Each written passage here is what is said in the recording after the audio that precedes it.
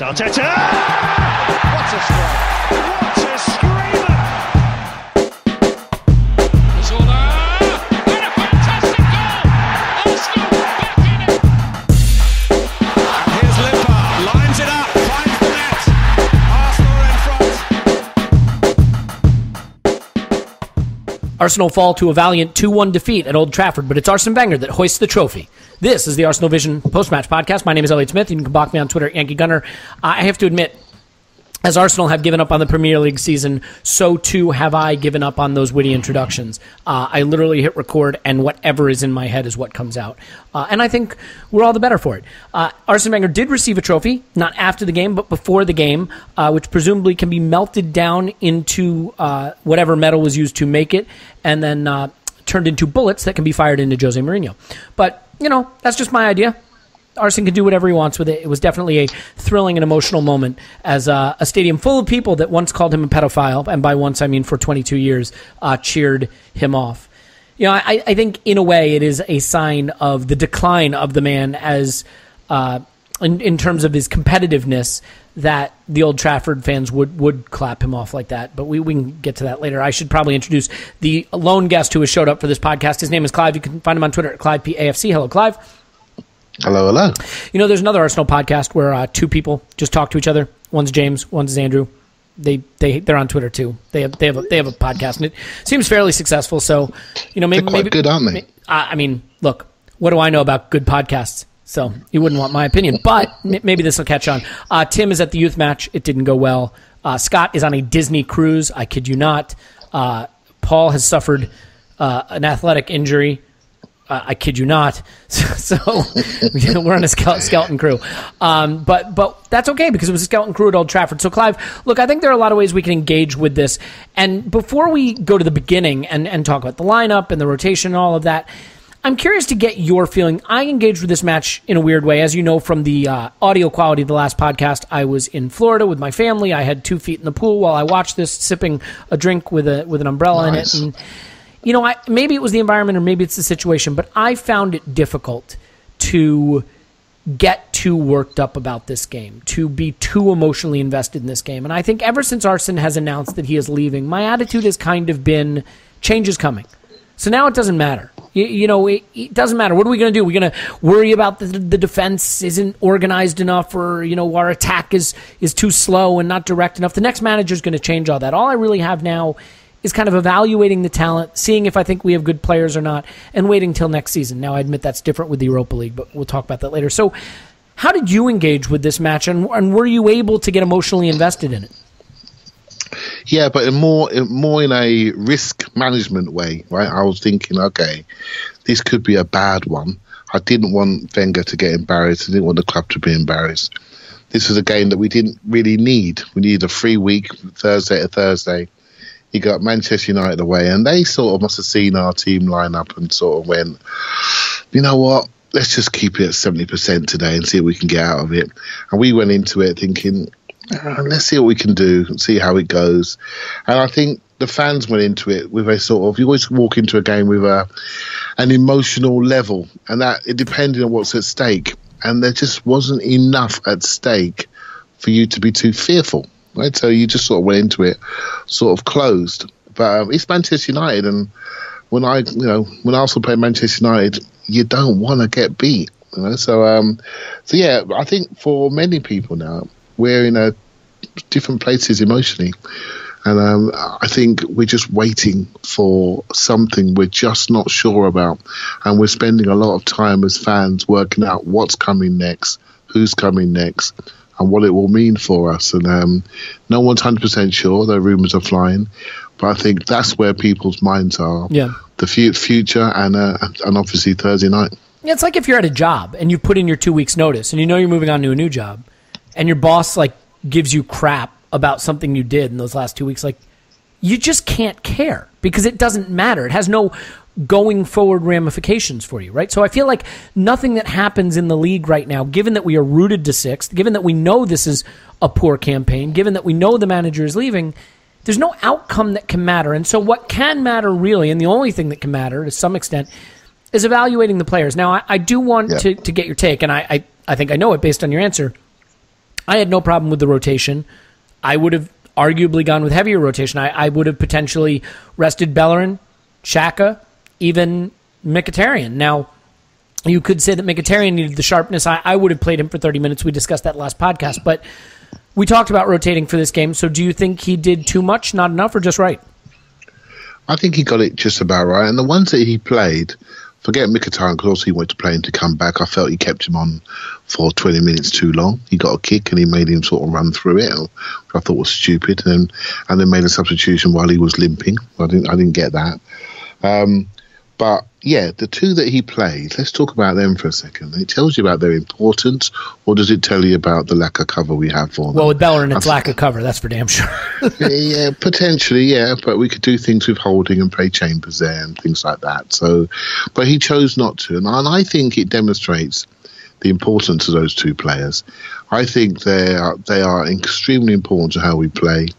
I think with Ozil playing once every 2 weeks these days, the other person that drives our team is Xhaka, and whether you like him or not, he's the one that directs the team, and he's becoming increasingly influential.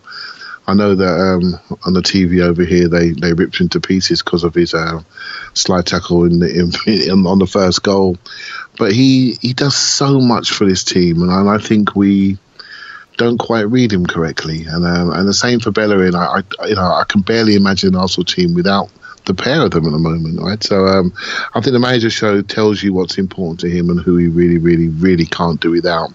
And those two players played, and the rest of the rotation. Obviously, I'm sure you're going to get to it, but the big story was watching the Greek lad play. We'll come to all of the younger players because I want to break them down all individually. Because I do think the biggest takeaway from this game is trying to analyze what we have on our hands, right? I mean, we know that the next manager will set us up differently. We'll have different flaws than we have under Arsene, and we'll have different strengths, but the players will be the players, so it's interesting to kind of evaluate them. I will say that to me, Clive, there was a lesson to be learned here, which is maybe that Arsene has gotten it wrong in the past with some of the ways he's rotated. This was finally a chance to see the young players used in their strongest positions. Maitland-Niles wasn't playing as wing back. Reece Nelson wasn't playing at wing back, right? I mean, the young players that got to play in positions that are more natural to them. And in fact, even Alex Iwobi, he flew under the radar in this game because everyone wanted to talk about Maitland-Niles and Mavropanos, and rightly so, but I thought Iwobi was excellent. Iwobi was not playing as one of the right forwards where he's terrible, or even left forward where his lack of end product hurts us. But he was one of the three in midfield, and he linked the play well. He built play well. He got out of some tight spots nicely, and he connected things. He stitched things together, and that's an important role in the three, but that's not what you need from one of your three forwards. And I thought he really excelled as a result of it. So let's start from the back, and let's talk about Mavropanos. I will say that before you go to the players, I will say experience is experience, and when you're really young, you can't always choose where you get your minutes. Right? And that's true. Arsenal have given more minutes to academy kids in the Premier League than any other club in the Premier League this season, and it hasn't been. We all watch the youth players and we read about them, and we know that Maitland-Niles is not a left wing back, but maybe the minutes that he had under pressure against Liverpool just before Christmas allows him to play centre midfield under pressure at Old Trafford and do that well. If he came in and didn't have those minutes because the centre midfield slot wasn't available, he would come in sort of inexperienced, a little bit callow, and we'd all be wondering about his talent right now. So I think there's two sides to it as youth development. Minutes is the first thing. Minutes at the level, experience, even travelling with the team, understanding how they prepare, understanding what they do with hotels, being away from home for a game. This is sort of thing that kids don't do.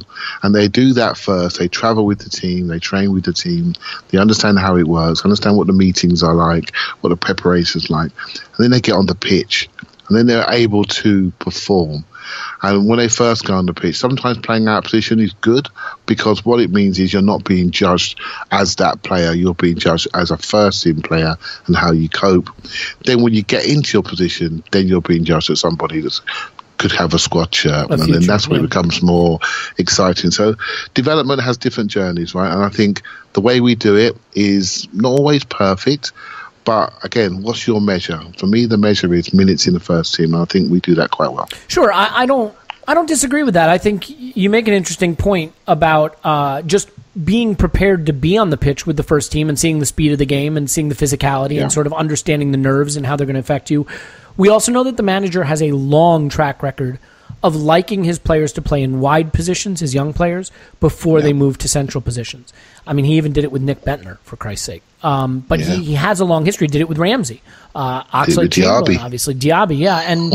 And I think that, Nelson played right wing back earlier this season in the group stages of the Europa League. Maitland-Niles played left wing back in those stages and some other games as well.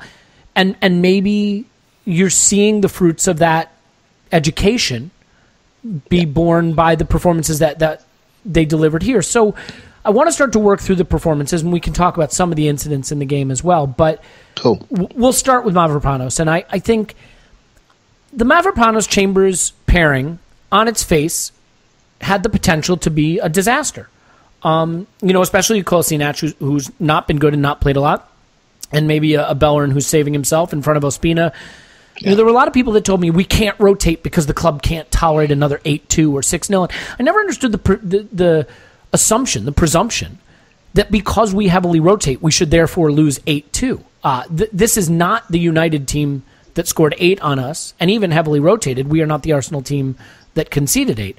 But, Mavropanos and Chambers worked brilliantly together, and I'm curious what qualities of Mavropanos' game impressed you the most in this performance. Yeah, well, hands up, firstly, I'm not, I have criticised Callum Chambers, and I've wondered where his ceiling is.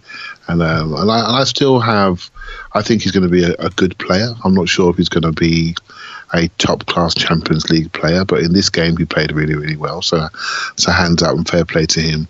But Mavropanos now, so why is he so exciting, right? So, well, to me, it's exciting. So the first thing you look at, right, is his size. So he's 6'3", straight away. He's got the right size. He's quite aggressive. First few minutes, ball went down the left-back area. He's won the sprint straight away, discouraged them. Straight away, he's now discouraged them on the back foot. That's great. Ball comes into Lukaku's feet. He smashed him on the front foot. That means he doesn't mind it in the air. He doesn't mind it over his shoulder. And he doesn't mind going tight as well. And then you look at things and how he receives the ball. So he receives the ball on his back foot really nice. And then watch him closely. I'm sure people are going to look at the tape now. But if you watch him receiving the ball to Goalkeeper, he receives it both feet, no problem, which opens the pitch out. But then he dribbles on the other foot. And he dribbles on left foot, right foot, inside and outside. And that tells you he's got a good technical base, right? So his first step is always to step into the ball, out of his feet, step into the ball and drive. And then he's punching his pass through the lines. And that tells you he's progressive. Coaches always look for that first touch when the ball comes out. You don't want it to come into you, so you attract people to you to press. You want it to be quite positive. Your touch should be positive and decisive. And you often hear me say about sending messages. So when you saw him, this is not clever, by the way. When you saw him receive the ball, did you feel stressed? No, he seemed comfortable on it. And just to build on that with some statistics, I mean, you mentioned Callum Chambers had a good game, and I don't think he had a poor game. I will say that he passed at 71%, and he had 2 unsuccessful touches. And one of my big questions with Callum Chambers, especially under pressure in games that have been nerve-wracking for him, we saw it in the first half in that fateful Liverpool performance, he just gives the ball away too much. He does not find a teammate with the pass as much as you'd like. I mean, a center back cannot be passing at 71% because all of those uncompleted passes are potentially putting you under immediate danger, whereas Mavropanos, to your point, he only played 37 passes, not a ton, but 92% passing, clean with the ball. Yeah. No unsuccessful touches, no dispossessed. I mean, he was clean and comfortable on the ball. Do you know the reason for that, Elliot? Callum Chambers. No, I'll tell you now. The worst thing that ever happened to Callum Chambers, in my opinion, was John Stones, because when Callum Chambers first came to Arsenal, Stones was just appearing at the same time, and he was appearing as a relaxed, cool as a cucumber centre back. And Callum Chambers was actually quite leggy, quite progressive, quite energetic, and I feel he slowed his game down slightly. So when he receives the ball, he tries to give the impression of, I'm really relaxed, but really what he's doing is he's telegraphing his movements, And that's why his passing is a little bit more not as accurate. And to be fair to him, he does take responsibility on the more riskier, longer passes. I have seen him in the pre-season actually come on the Emirates Cup, and I got a good view of him second half of the games, and some of his passing was unbelievably accurate and really, really good. So he has got that in him, but I feel sometimes he just lacks a bit of urgency in possession, and people can read you and they pick you off, right? They can read your movements. As soon as you look up and then look down to the ball, they move where your eyes went and the picture's already changed. And so when you play the pass, the passing lane is gone, right? So whereas Mavropanos now is a bit more positive and he's a bit more decisive, and that means the passes go through. And that's just, I've only seen the one game, but it's just something that I felt. And you can watch the way someone frames the ball, the way they frame it with their body, and then you can just see that they're in control. And then people give them time when they see that, because they know there's not a dispossession chance. And it's just funny. In football, you send messages to people. You send messages to your teammates. You send messages to the opposition. You send messages to the crowd and who are watching. And the message I got from Mavropanos is, we have got something there. If you look at it, everything about his physicality, his leg length, everything about his sprinting speed, where the hell did we find this boy from? Well, that's your boy. That's your boy, Sven Diamond Eyes. You don't find things like that for a couple million quid. You just don't. So that is, it's one game, but you can see it. You can see why. You can see the potential. And more importantly, the ceiling is huge. If you look at his shoulders, they're still narrow. He's got lots of growing to do physically, into strength-wise, muscle power-wise. But he's got the basic speed, the basic physicality, and decisiveness. And I'm really, really excited about where he could be in a couple of years' time. Yeah, and I am as well. And the only thing I will say in response to that is that, I felt that way about Holding when he broke through, when he first played for us. I felt that way about Chambers when he very first played for us. I am being careful because we have seen these guys get introduced, and the adrenaline and the newness and the energy of being new and other teams really not knowing what kind of defender they are sometimes carries them through. And when that subsides, it's not good enough. Having said that, I don't think that Arsene Wenger shepherds young defenders along in their career very well. And so it may be a stroke of luck that Mavropanos gets to come into the team after the Arsene Wenger era, or at the very end of it, now at the turning of the tide. So I think that those are all encouraging things. Big difference made between Holding, Chambers, and Mavropanos is speed. Yeah. That's all. Well, it's just speed. And from a very, very, very limited example, I would say quality on the ball. Just comfort and quality on the ball. Now, I will say what I liked about Mavropanos, everybody was telling me about his physicality and the way he handled the duels, and he was strong and assured. You know what I liked about him a lot, Clive? He was switched on. Mustafi drives me nuts because he does silly shit. He does silly switched off shit. Mavropanos, how many times did a ball go in, a deep long ball into our box where he was aware of the player behind him, he was aware of the threat, he tracked a runner, he didn't get caught in space. And that I think is so important, that awareness, because I am convinced that any Premier League level athlete can be physically can be a central defender. I don't think any of these guys. I don't think Chambers. I don't think Holding. I don't think Koscielny. I don't think Mustafi. I don't think Mavropanos. I don't think any of them physically are incapable of being defenders. I think mentality, aggression, awareness, the ability to focus and concentrate about every square inch of your pitch around you for 90 minutes, that's what makes defenders. Seeing the game before it happens so you know where the players are going, having a sixth sense about who's behind you. And he seemed to have that. He read the game really well. And I think that is encouraging because to me, that says you're a natural-born defender. More than your physicality, more than your physical skills, which can be taught. Yep. I think that says you're a defender. Is that about covering for you? Yeah, it does. It does. And at this moment in time, we can only judge the player and what he does in isolation. I think, projecting forward, it's going to be interesting to see when we have a defensive strategy that's not based on individuals' talents or ability to survive a lack of defensive strategy. And that's how we've had to judge our centre-backs historically. And the only one that's survived it has been Koscielny, and he's just about to die, right? So no one else has really done it for a few years, right? So let's hope not. Yeah, we just need one or two more games out of him, then we can put him out to pasture, right? So because we've run him into the ground. He's had to be two centre-halves at times to cover for his partners and cover for the fact he's had no fullbacks. And he's been a wonderful, wonderful player that's just running out of energy, right? So we'll be interested to see if we can build centre-halves based on a more pragmatic structure. And that sounds like a bit of a buzzword, but it's more of a collective way of defending with more two-way players that can help protect the back four, which doesn't leave them so exposed. Yeah. Well, let me give you sort of a question about tactics here. So, the way we've been playing this year with Xhaka, Ramsey in midfield and Ozil at the 10, we've really had a two-man midfield. And we've seen what that's meant for our balance. And then, then you wind up with, you name it, Aubameyang, Lacazette, Mkhitaryan, or, Aubameyang, Danny Welbeck, and Alex Iwobi, whoever it is in the front three. This game, we had a midfield three. We had Xhaka, Iwobi, Maitland-Niles. And I thought Maitland-Niles was fantastic. I thought Iwobi was fantastic. And Granit Xhaka will get a lot of criticism. If he gets any for the second goal, I think that's absolutely shameful. For the first goal, he deserves it because I don't know what the hell he was doing. That was just silly bullshit. But bad decision. He had almost double the passes of anyone on the team. He was accurate with his passing. He had key passes. He was instrumental in the build-up to our goal.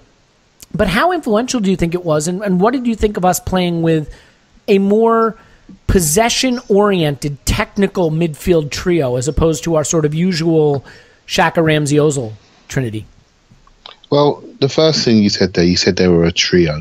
And I sometimes feel with Xhaka, Ozil and Ramsey, who are obviously very, very good players, I don't always feel they play connected. No, Ramsey likes to run off the ball to go wherever. Ozil finds whatever space he thinks is available, and Xhaka tries to cover the 40 yards of pitch in the middle of it. Exactly. And as soon as he makes a bad tackle, we slaughter him. Right, so bad decision, which probably comes under the fact that he can see loads of green grass around him, and when he sees that, he slides in. This is not new. He's done it from the moment he comes. When he feels exposed, when he feels no one's near him, or he feels desperate, he goes to ground. Right, he's done it from the first moment. Sometimes connecting, sometimes not connecting. Sometimes in a yellow card, sometimes with a red card. He's always done it when he's felt naked. Right, so what we saw was a bit more of a unit. If anything, on that first goal, I was wondering why Xhaka was sort of tucked in left back. If he'd have held the middle, he would have been able to block that in a more controlled way. So I don't know how he ended up there, if he was support line running for a pass. But I think that's what we need to think about. We have these wonderful players that we fit in, but really we should be thinking about the unit. And this sort of midfield reminded me a little bit of the midfield that we played at Southampton in the FA Cup a couple of years ago, which was also a unit of three players working together, quite athletic across the ground. And that sort of didn't allow us to be overrun, So I think Iwobi, I feel Iwobi I judged him slightly more harshly, not because he didn't do well. He just I wanted him to really grab the game, to really show that, I've got more experience than my partner here, and I'm gonna show him the way. I'm gonna dominate the ball. I'm gonna make sure I drive them back. He didn't quite do that, but he didn't let anybody down neither, and he worked quite hard. So I'm not gonna criticise him. I thought Xhaka was an absolute leader on the day, and I know he made some glaring errors, but he was the one that was holding that team together. He was there for everybody else to give the ball to get them out of trouble. Mm-hmm. He was working hard defensively. He was playmaking. We had our playmakers out, and so he was playmaking, defending, and doing the most passes and creating the most chances. And had the most ball recoveries. So I thought he had a really interesting game. And lots of people are talking about the next captain. And I'm going to be controversial here, right? And this guy, I think he captains his country, or has done. He's 25 years of age. He's got leadership potential, in my opinion. And so, yeah, obviously no one can tell what's going to happen in the future. We don't know who the manager's going to be, if he's going to even like him, or if he's going to see him as a saleable asset. But it didn't upset me to see him with the captain's armband. And I think we just got to project forward and think, well, this guy's doing it every single week. He turns up and plays every week, without fail. I mean, yes, he's played a mountain of minutes. One of the best abilities is availability. He's always available when he's not on a red card, which admittedly hasn't been in ages. And yeah, I think there's a lot to like about him. Look, if he keeps playing 80 to 100 to 130 passes a game at 90%, along with being progressive with his passing and generally not being a complete dumpster fire defensively, I love the guy. The problem was he went through January, February, and March passing at 68%. And that was really where I became concerned, because when this guy doesn't pass well, you suddenly lose the benefit of having him in your side. Yeah, so maybe we play him through the fatigue, and maybe that point we need to say when he does start to drop off, rather than playing through because he's so important, can we get someone else in to give him a rest so he gets his freshness back? So maybe it's just that. I think he interests me a lot. Actually, I was talking to 7 a.m. kickoff online the last couple of days, and we were debating him. And I sort of came to a conclusion that everything he said was correct, as he normally is correct. But I think a lot of this comes down to context and how we judge players, and what our starting point is. Right? For a lot of people, Xhaka is the player that Kante isn't. If you see what I mean. We could have got Kante, we got Xhaka. So straight away, they look at him and think, well, he can't get across the ground, he can't sprint, he can't tackle the same way, and he makes a defensive error. So we criticise him, and then I look at him and say, okay, well, you're a deep line playmaker, so great. Are you playmaking? Are you keeping the ball? Are you getting on the ball enough? And are you moving us forward? Can you improve your defensive side, which I think he has done? And for me, all he needs to be better is to have a security blanket of somebody next to him that actually can really work hard, is quite dominant physically, in a more box-to-box, but with the ball at feet way, rather than vacating way. Do you see what I mean? I do. I think Ramsey would be perfect with a player like that, a connecting player, because then Ramsey can do what he does, which is push people back with running power and break it into spaces which are hard to track. But although Xhaka and Ramsey is still our best centre midfielder partnership, I do think it's not a unit. It's just not a unit that's going to get us to the elite levels that we need to get to. And that there's a real problem. And it's not Arsenal's problem anymore, but it is a problem. You have Ramsey, Xhaka, and Ozil. You're going to start them. But that's not a midfield three. It's not. So do you play a back three and use Xhaka and Ramsey as the midfield two? Maybe you do. Do you push Ozil up into one of those wide forward positions and let him play a free role to move around behind two strikers and use Xhaka and Ramsey? I don't know. The problem is you saw how effective a midfield trio can be, and I want to give you a little microcosm of how this worked. Not give you like you don't know this, because you know it, and anything I say is obviously just me building on things you already know. But Look at Mkhitaryan's game and look at Iwobi's game. I thought Mkhitaryan was fantastic. I really did. Yeah. Mkhitaryan passed at 71%. He was dispossessed 5 times. You know what game that is? That's the Alexis game. That's the game we used to kill Alexis for. But what Mkhitaryan did, he had 3 shots. He had 4 dribbles. He had 5. He was fouled 3, 4, 5 times. Statistics, they can be whatever you say.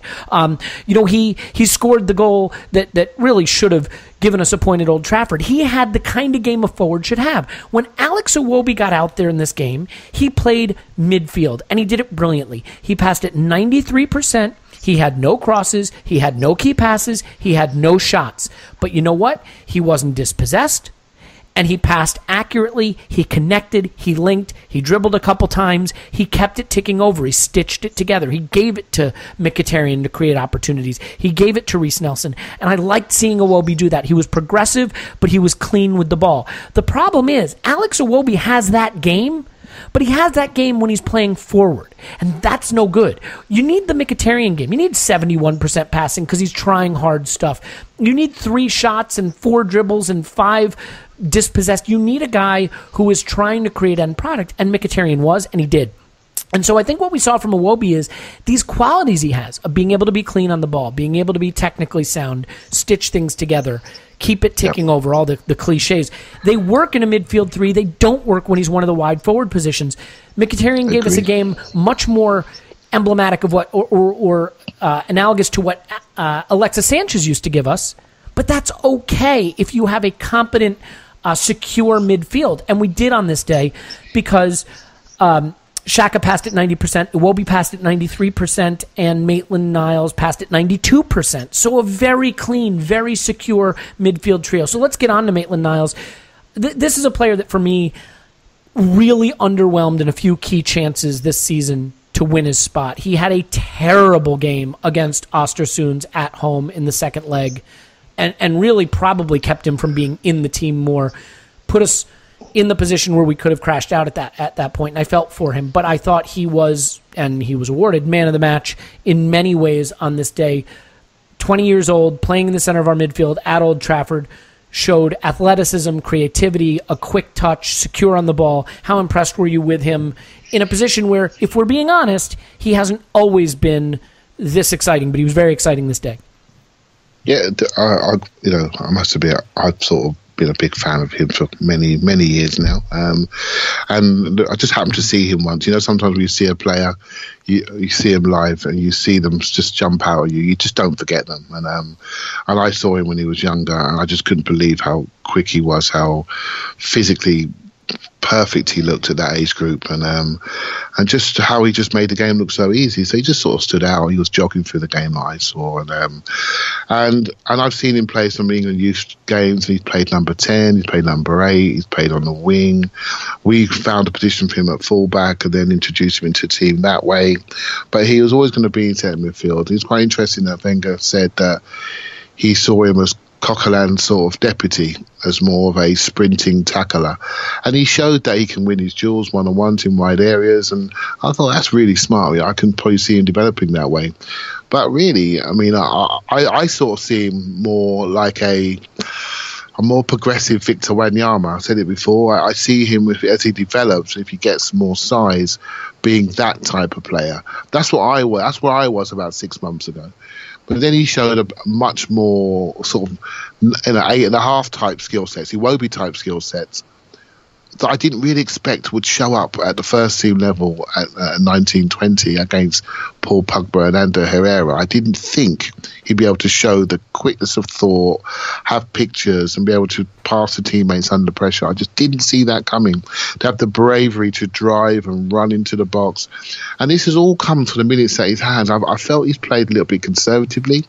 I think he's been quite quiet, and I wanted him to have a more proactive personality on the game, because he's got a lot more in him than what he's actually showed. He has not showed hardly anything of the speed and physicality which he could show if he was to let it all go. And I think yesterday was the closest against Manchester United to him really doing some repeat work and really wearing his man down. And also, there was one bit where Matic tried to run him on the touchline, and then Matic just gave up. Because there's just no point. And when you see a player discourage opposition like that and then just stroke the ball out the other side, then you say to yourself, okay, I've got to give this guy a bit of room, because he can run me and I can't run him. So what I've got to do is my opponent, Matic was quite smart. He just goes and gets the ball short. He tries to pull him out of his holes and then move around him that way. So he's got a lot of experience to learn. He mustn't be pulled out of his position when people are trying to sucker him in and do little short passes and pop round him. No matter how quick he is, he's not quicker than the ball. And so once they get behind him, he thinks he can recover. Well, it's not youth football. You can't recover. You can't catch Paul Pogba when he's lucky 5 yards ahead. So things like that, positioning, knowing when to go in, once he learns that, then the future's incredibly bright. But he's not a surprise no longer. Everyone's talking about him. Yeah. I think the encouraging thing on this day is it's very hard for academy players to make it in the first team at all. It's even harder for them to be special and become a part of the first team on a winning or challenging first team squad. And there were some things in this game, whether it was Mavropanos, whether it was Maitland-Niles, that encouraged you to think maybe, just maybe, we have a few young players that if they are how they look they might be, that wasn't English, but you just take the spirit of the sentence. I got you. Then it saves us resources that can be used in other places and used more effectively. One place we will be using resources is goalkeeper. David Ospina is, how shall I say this, genetically challenged when it comes to being a keeper. So look, for me, the second goal is on him. But there was a moment, I don't remember who it was, someone shoots from a very, very wide position and it goes off the post and out. You remember it was a United player from their left wing. Who would have been down there? Was it Ashley Young? It might have been. Yeah, it might have been. Yeah. Like a really acute angle, and he shoots and it hits the post and it goes out. Now look, the reason I bring it up is watch Ospina. He's standing on his goal line, and as that shot kind of comes towards him, he starts to do his stagger back into the goal thing, and it hits the post and goes off. But like, he's in no position to make any kind of goalkeeping effort. And I am routinely baffled by his positioning. Now, he does some things well. He's quick off his line. His distribution's not terrible. He can be a very good shot stopper. Look, the reason David Ospina is a professional goalkeeper and not whatever someone with his body shape does when they're not playing football is because he is agile. He can get off his feet quickly to react, but his body position is so poor that he undermines himself. And so for that second goal, Clive, you know, he can't fix the fact that he's small any more than I can. No. But he cannot be kind of crouching, leaning back weirdly. Like, why is the fault in his starting position and his reaction? Yeah, I think he's a player that comes into certain games concentrated and other games not. I honestly believe that he's one of those strange signings. I just don't have any confidence in him. He has one good game, one bad game, much like a lot of our players, and that tells you about the accountability and the standards. He's just a average goalkeeper. But I almost don't want to talk about him. When I was single and I used to go out to the bar and try to meet people for mating, I would wear cowboy boots because at the time I was living in Nashville, and so it was totally normal to wear cowboy boots. But they also add like a good 2 inches to your height, and this can be an effective mating strategy. So, do you think we should let him play in cowboy boots? Is this maybe the solution? Do I need to get on the horn to Arsenal here? Yeah, well, with goalkeepers, it's a lot of how they make you feel, right? And when goalkeepers make you not look at them, then you know you got a good goalkeeper. If you're watching your TV, you're just looking at your goalkeeper all the time. That tells you got a problem. And when he's hot, he surprises you. But when he's cold, he sort of meets your expectations. And it's interesting that Czech. I'm not sure if Czech's injured or, I would personally play Czech where we're going to have to really defend our box and dominate our box in Thursday? Periods. Yeah, he's got to. Well, what's with Ospina getting injured every time he plays? Like, fake injured. Like, the guy must have the most brittle bones in the world. Like, what is going on with him? He's like that character from the movie Unbreakable, but the breakable one. Yeah, I don't know. Every game he plays, the trainer's on, right? So your goalkeeper should be like one of those people that when they get hurt, they just like throw it off and be dominant. When he gets hurt, he rolls around crying, fixes his gloves, he's on the floor. Coach, come on. If you're the attacking team, you're thinking, let's just put the ball under his crossbar and smash him about. And again, he just reeks vulnerability. Hey, look, he is what he is. We know that we hope that situation's going to change. I do like Peter Cech. I think he's a great person. People like him should not be walking out of our club with 1 year to go. We should keep him for another year, and then he can go off on a free transfer and do what he wants to do, or he can go into coaching. But Ospina, just let him go, and obviously buy a goalkeeper to replace, who Czech can mentor. Czech becomes the second, maybe the cup keeper, and we mentor somebody into the first team role. I haven't mentioned Reiss Nelson. Is it fair to say that he did nothing wrong and nothing right? That this was sort of another game where he got through it, he did his part, but hard to take away too much from it, that he was overshadowed maybe by some of the other younger players? Yeah, he's playing against a strong player, and I think he did okay. I think, again, he spent time at wing back, so defensively he's more astute now, so he didn't leave any holes. He works back really well because he's learned that from his wing back position. I think it's something that I wish Iwobi could learn. I wish he could learn the defensive side of his game, because if he added that to his game, defensive awareness and just the ability to tackle, I think he becomes a two-way player. Then you start to see his strength. You start to see the fact that when he goes man on man into contact, he can keep the ball. But what happens with Iwobi, he just wants the ball in certain situations, what suits him. He wants it nicely on the half turn so he can do a little shake and bake, and then he can dance off, move it, follow it. He wants it a certain way. And I wish almost that he would spend some time either in a wide situation defensively or a deep situation, just so he can learn how to defend. Because if he can add that and become a two-way player, then we start to look at him differently. We start to trust him a little bit more. And he can do that. I remember the Chelsea away game, when it was Xhaka, Ramsey, Iwobi, Welbeck, and he did a very disciplined defensive role from the right-hand side. So he can definitely track people, but if he can be more defensively trusted from a central area, we start to see a different player. Yeah, I agree with that. And I would be devastated if Mkhitaryan can't play Thursday again. I was very impressed with him, and even though he gave the ball away a lot, had a lot of passes not be completed, everything direct and progressive that we did, including the goal, involved him, and he just has that dynamism that we lack without him.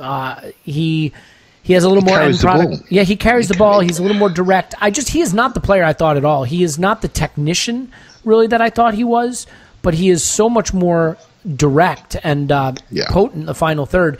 I think we need him. We need him Thursday. We need it to be Lacazette, Welbeck, and Mkhitaryan up there, and I hope it will be. But to finish with this game just really quickly, a couple things. First of all, a game to forget for Aubameyang. If I hadn't mentioned him right now, it'd be easy to literally forget that he was on the pitch. Do you think because of the type of player he is, we have to acknowledge that there just are going to be days like this for him, that he doesn't need a lot of opportunities to change a game, but there are going to be games where, much like a Theo Walcott, you just hardly notice he's on the pitch? I didn't see him as that type of player, actually, and I think he's every ground is new. Every occasion is new, so he's still settling in. This is almost like a free part of his football life at the moment. But I would like to see him sort of say, well, actually, I'm a 28-year-old proper player that's played in Champions League, and we've gone here with a fairly scratched team, and I'm one of the more senior pros. And I would have liked to see him, try a bit harder, if that makes sense. Not just try to show some leadership, rather than just running around smiling and sort of. The only thing I'll maybe say, that's just the way he is. Just the way he is. He's someone who needs a really good number 10, doesn't he? I mean, I know not that the 10 is the only person that can connect with him, but we didn't have a specialist out there in putting in that dagger ball, that ball that he could run into. And there were a couple of positions and cases. Now, I thought Maitland-Niles was excellent, but he had one counterattack, for example, where there were a lot of good runners, and he kind of put it between everybody I think it went out for a throw even. And so there were a couple of cases where Aubameyang was making interesting runs and was pushing the defenders back on their heels in transition, and we just didn't have that player that he could thrive on their distribution in this game. I think it's a bit harsh, really. I think what's interesting about him is he doesn't stay central very long. He does move into wide areas. He does move around, looking for that weak body to run off. And I think partnerships are really important to him, to work with other people that he trusts, and maybe he didn't have that enough. Maybe he missed an Ozil slightly to somebody who he knew he can trust and work from. But it's not a criticism. Every game is different, and he did fine. He give us a 6 out of 10, right? Yeah. But I would like the header to have gone in, or at least look a bit more, clinical. But I don't know. I wish he could play Thursday, right? Yeah, so, you'd have him back out there if you could. I mean, this is a guy playing, exactly. Whatever it is, 12 or 13 preseason friendlies before the end of the season. Well, just to put a bow on this, I mean, Fellaini gets this weird looping back header with help from Xhaka. I have sympathy for Xhaka. He can't jump with Fellaini. That you can't ask him to do that, and I don't think it was defended that poorly. I think a good goalkeeper gets there. I think it's just one of those. We're just too deep. Yeah, we're just too deep. Maybe. And a good goalkeeper, what happens there? A good goalkeeper clears his area. Yeah, you clear your area, punches so you can Fellaini in the back of the head. You can come and take it, and so any touch that close to your goal is going to potentially go in. So, hey, look, we were late on, hanging on. and everyone creeps back towards their goal naturally. It's not only the goalkeeper's fault; defenders do it too. And Fellaini's great at getting on diagonals. He needed it about 5 minutes beforehand, and he just pushed us back. And it's a shame, but fair enough. I wasn't too disappointed because the positives far outweighed Manchester United kicking up to the big man. I sometimes feel that maybe some of their fans would have been more excited to see Maitland-Niles and Mavropanos play for Manchester United than watching Mourinho bring on Fellaini and try to score a goal Sam like it's park football. Of winning a football match. Yeah, I don't think a club our size should ever be looking at moral victories, and I have never been a believer that we should have a moral victory, but given that we're changing managers, given that we heavily rotated, given that we are away at Old Trafford against a full-strength 282 trillion pound squad, I don't think it's awful to say, you know what? We played well. The youngsters played well. We were in it. There was very little between them. Sometimes when there's very little between you, the breaks don't go your way. We lost to a jammy goal at the end, and I'm not going to lose my rag over that when the really important match is Thursday, because ultimately getting that point at Old Trafford would have proven what exactly? I have seen better Arsene Wenger sides get battered by lesser Manchester United sides. So, and those were aggravating moments. I can remember, I think it was an FA Cup tie at Old Trafford where Ferguson put out like 8 defenders, and we put out a full-strength side, and they just, I think they beat us 2-0 or something, just comfortably pushed us aside like we weren't even there. Those were depressing times. This was not that. It's not depressing, but I will say that there was a quote a few years ago when Patrice Evra called Arsenal like a finishing school, like somewhere you go to finish off your football education, but they're not really serious. And I look forward to the day when we go to that ground with a serious football team that we can take them apart and we can, and I look forward to that day. But we're going to have to do it with 1/10 the resources. I mean, let's not fool ourselves, right? Like, we shouldn't feel entitled to have a better squad, or certainly a more expensively assembled squad than United will at any point in our near future. But we can be smart, and we've always used to be smart. Like to think so. We used to be the team that used to sell players to Barcelona and Real Madrid, and now they're not looking for our players, right? So we used to be smarter about how we recruited, how we developed, to a point where we will always have somebody in the PFA team of the year, or somebody that's really one of the best 2 players in the league. We just haven't got that at the moment, right? And we are the team that everyone look forwards to playing against in the league, especially away from home this year. But I know that's a point in time. It's not who we are, and that will change. But I look forward to the day when it does. Sure, right? and that's the measure. And I would only take issue with the idea that we did have one of those players. It was Alexis Sanchez, and Manchester United came for him and took him. And I do think Mesut Ozil is in or around that category. And I think by the middle of next season, we might be saying that Aubameyang is squarely in that category.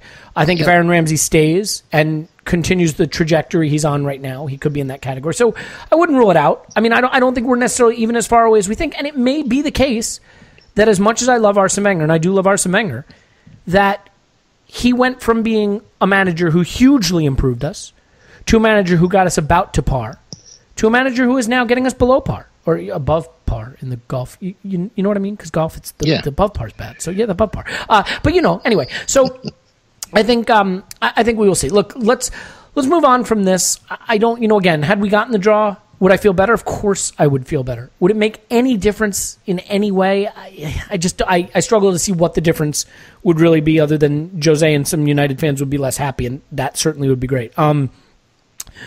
Some quick thoughts on Thursday. So, I mean, I have really very little to say about how to approach this match, because I don't know how much you can take from what happened last Thursday and apply it to what's going to happen this coming Thursday, except to say that I really think we need Mkhitaryan. I think we need to go out with an idea to go get goals, that getting goals puts them under more pressure than anything. We have to score to go through anyway. You get 2, you get 3, you get 4, you go through. They get 1, it still doesn't matter. We discussed that on the last podcast. So, I mean, you said you'd go with Czech. I agree with you. I don't know that he will, but I agree with you. I mean, if you told me Mavropanos was playing instead of Mustafi, I know it wouldn't happen, and I know it would be crazy. Honestly, I wouldn't have a problem with it, but do you expect to see the same side just with Mkhitaryan come in for Wilshere, maybe? Maybe, but I just got a feeling that Mkhitaryan's going to be injured. I just got that feeling. He seemed to go down, and it seems to be potentially the same injury again, and that's why I don't understand why we kept him on. But no doubt that'll come out tomorrow. But do you know the one player I'm looking at in this game? I'm looking at Mesut Ozil. That's what I'm looking at. I'm thinking, okay, mate, you negotiated your max salary, your max contract. You negotiated it. Well done.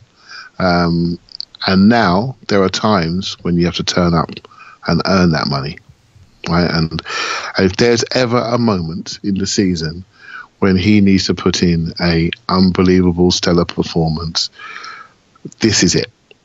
And he didn't do that much in the first leg, and maybe also neither did Ramsey, but maybe partly that was because of how the story went, and the fact that they barricaded the box. There's no room for him to run into to be as dangerous as he normally can be, although he nearly scored.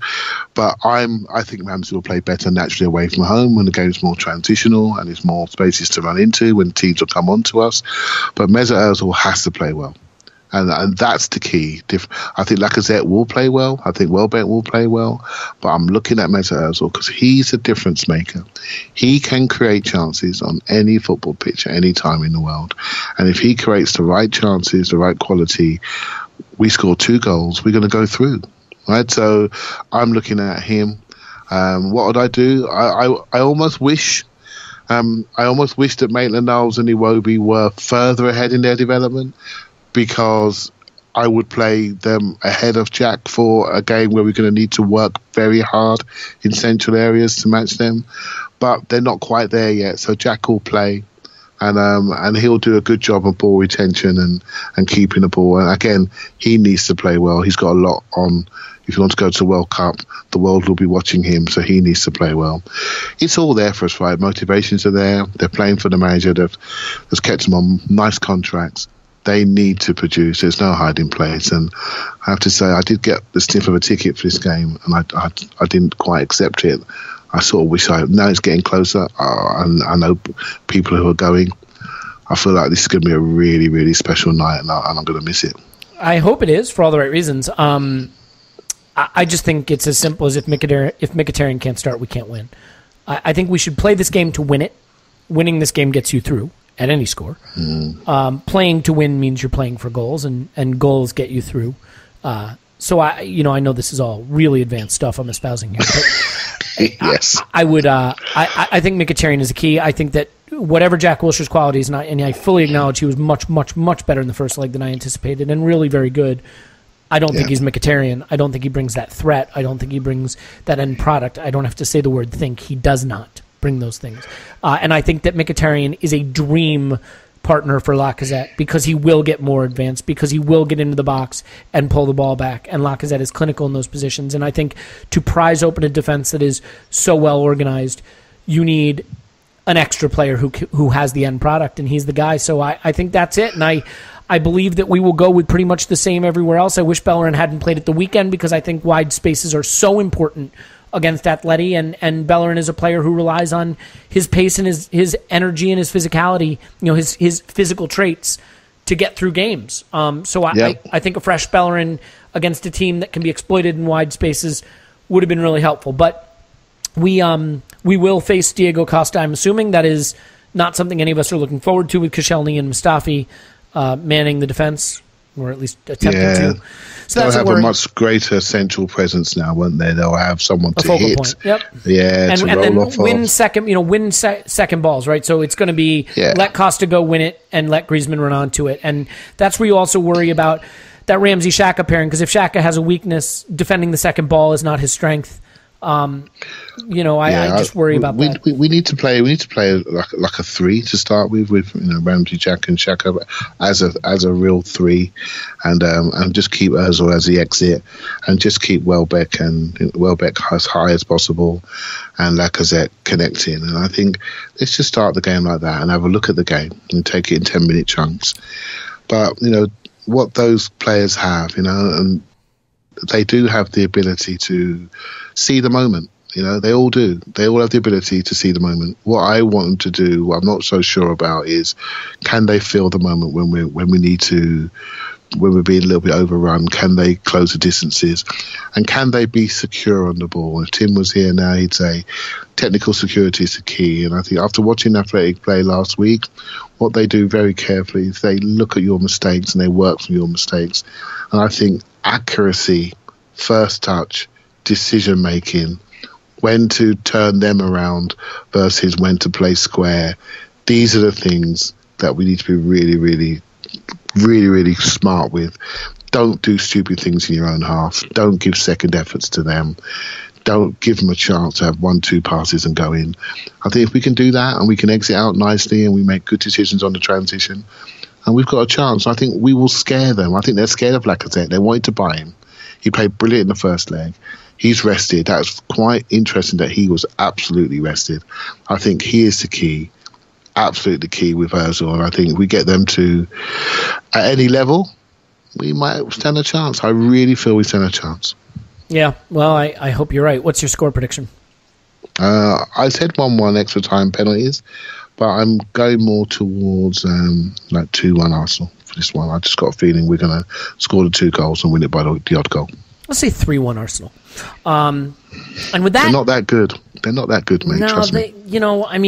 I don't think they're very good personally, and that's what's important. So, look, we've come to the end of the podcast. We'll try to get the whole gang together after this game. I have to say I have felt very sanguine about the football lately, just because with change coming and some players I really like in this squad, I've kind of looked forward to next season as a new beginning, and I've been feeling pretty good about it.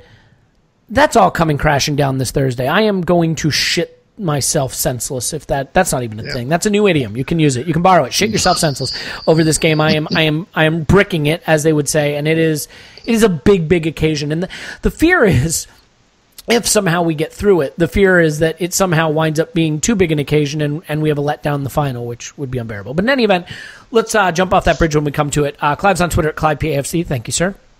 Thank you very much. My name's Elliot Smith. You can block me on Twitter at Yankee Gunner. Give us a 5-star review. Write nasty things about us in the comments. At the FBAs on the Twitters. At the FBAs. They have a website. You can go to it. You can vote for this podcast to win an award. And if it wins the award, I have offered full body hugs to everyone that votes. You have to provide airfare and lodging. In any event, we will talk to you after Arsenal 10, Atletico Madrid 0.